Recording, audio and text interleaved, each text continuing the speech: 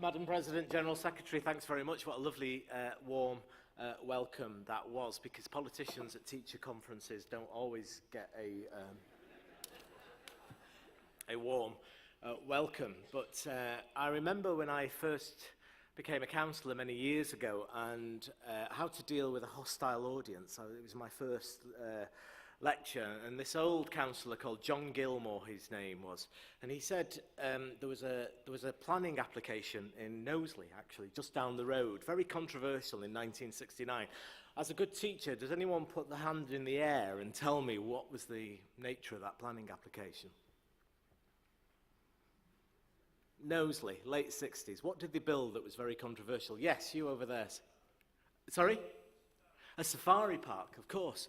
So it was like taking your local park, building a huge fence around it, and filling it with wild animals. Well, 700 people turned up to a hall like this, and the poor local councillor was a man in his 80s, and he was it was Highton, so it would have been Harold Wilson's constituency. And he had white hair, and he had glasses, and he smoked on a pipe in the days that you could smoke on a pipe in a public meeting. And he was actually in favour of building the safari park, because he thought it would bring tourists, much needed tourist revenue to the region here. Anyway, 700 people, protest meeting, very angry. One young man stood up with his baby in his arms, and he goes, you there, councillor, what happens if one of those lions and tigers gets out on the high street? What happens then? And 700 people were jeering like this. Ugh. Well, he rubbed on his hair, and he sucked on his pipe, and he said, well, it'll just have to take its chances along with the rest of us, he said.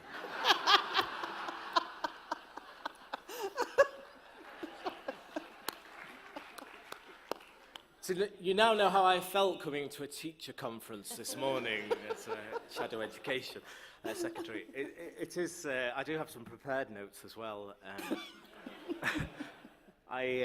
First of all, welcome as a Mancunian, welcome to Liverpool. It is one of the greatest cities on the planet, in one of the greatest regions on the planet. In fact, if you draw a line along the M62 from here to Hull, we have 2 deep-sea container ports, we have 4 international runways, we have over 40 million people landing at those runways, and we have an economy that is the 10th biggest on the planet. However, as I was just saying to a group of, a round table of teachers just earlier, if you look at London and their challenge and what they've achieved there, 50% of pupils on free school meals get 5 good GCSEs. Yet if you draw the same line from the Humber estuary to the Mersey estuary here, that only becomes 34%.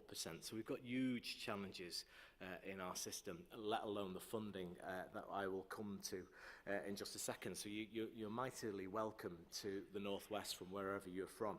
So as a primary school teacher, as Madam President pointed out, I was delighted to accept my appointment as Shadow Minister from the leader and from Angela Rayner, who, whatever the criticisms of Her Majesty's official opposition at the moment, I think is doing an extraordinarily good job in highlighting some of the issues that we are facing.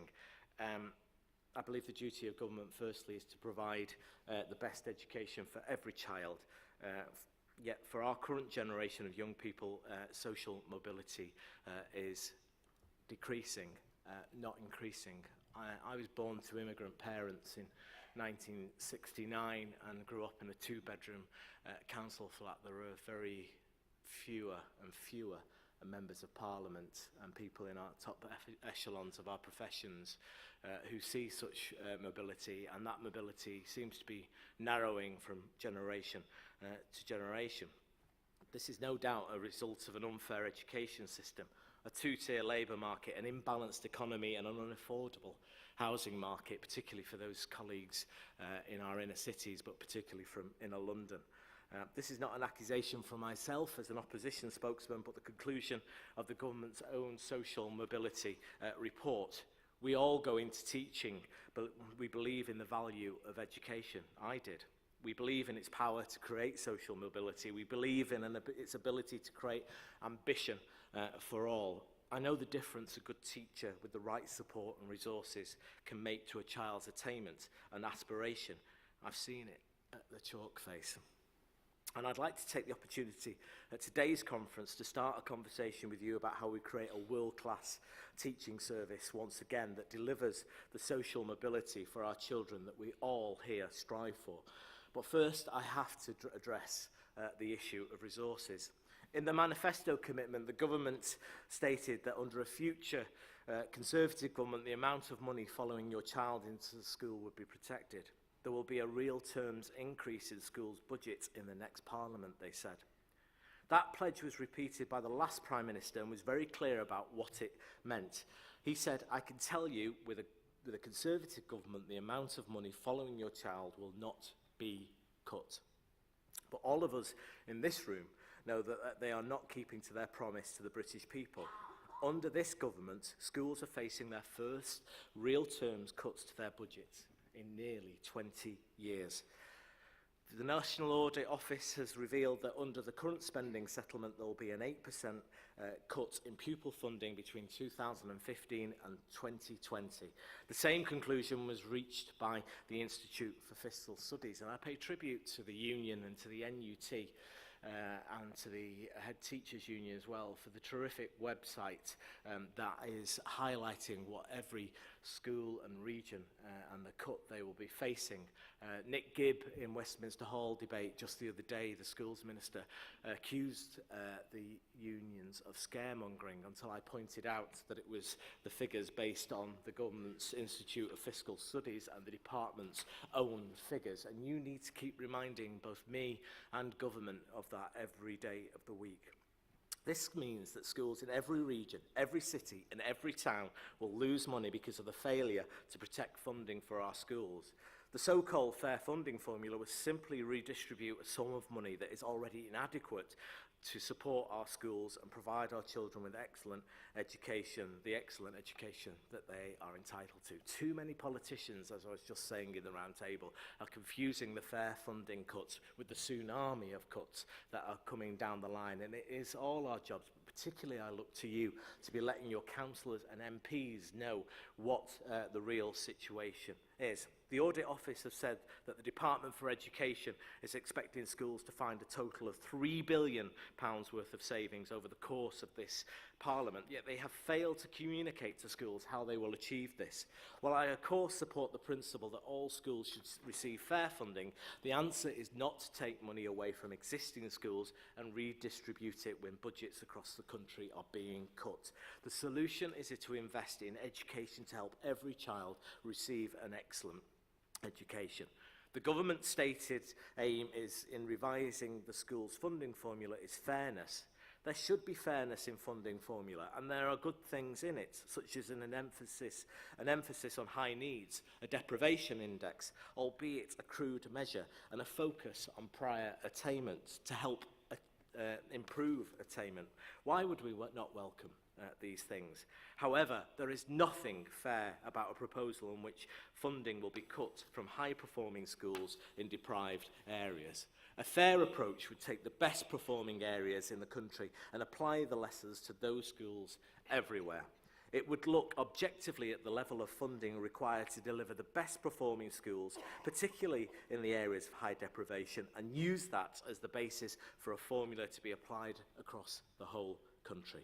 Let's hope that the Secretary of State is truly listening in this consultation process. Let's hope she is hearing the voices of schools, teachers and parents across the country. If not, as 70% of school budgets is staffing, I fear the cuts will fall mostly on staff and inevitably have a knock-on impact on every child.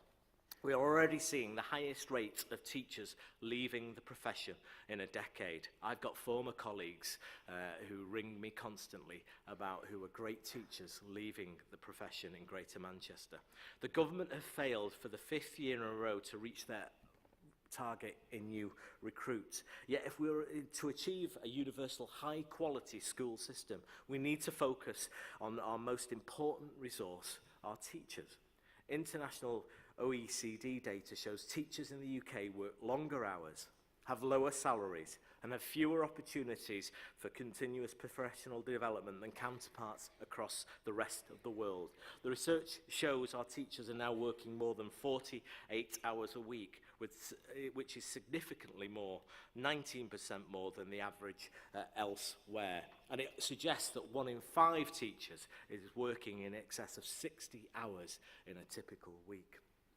The data also shows new teachers in the UK are paid less than their OECD counterparts, with starting salaries 16% lower than the average reported in the survey. And the findings support evidence too that many are leaving the profession, with only 48% of UK teachers in the survey reporting more than 10 years' experience. I believe that the most effective way to improve our schools is to focus on the teaching experience, valuing the staff we have, and ensuring education is an appealing profession for our highest achievers.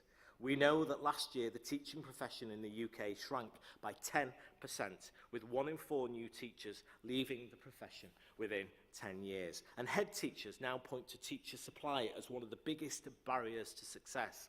If we are to stem the tide, we need to return teaching to be a high-status profession, not an apprenticeship, which is the direction this government wishes to go. We need to invest in good teachers, we need to select from the highest achieving students, and we need to ensure training salaries make the profession an appealing choice. We need to establish an increased entitlement to professional development, and we need to introduce an appraisal system that rewards teachers' contributions in and out of the classroom. But if we are really to raise the standards of the profession, we also need to review the training pathways into the classroom. There are too many routes currently into teaching, and I would like to see the return of universities being back at the centre of our training development.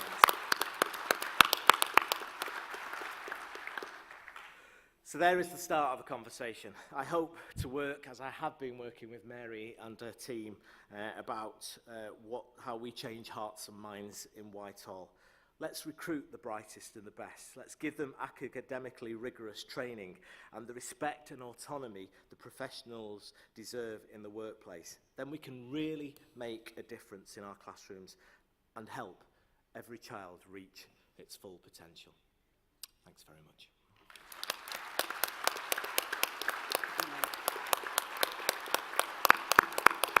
Thank you.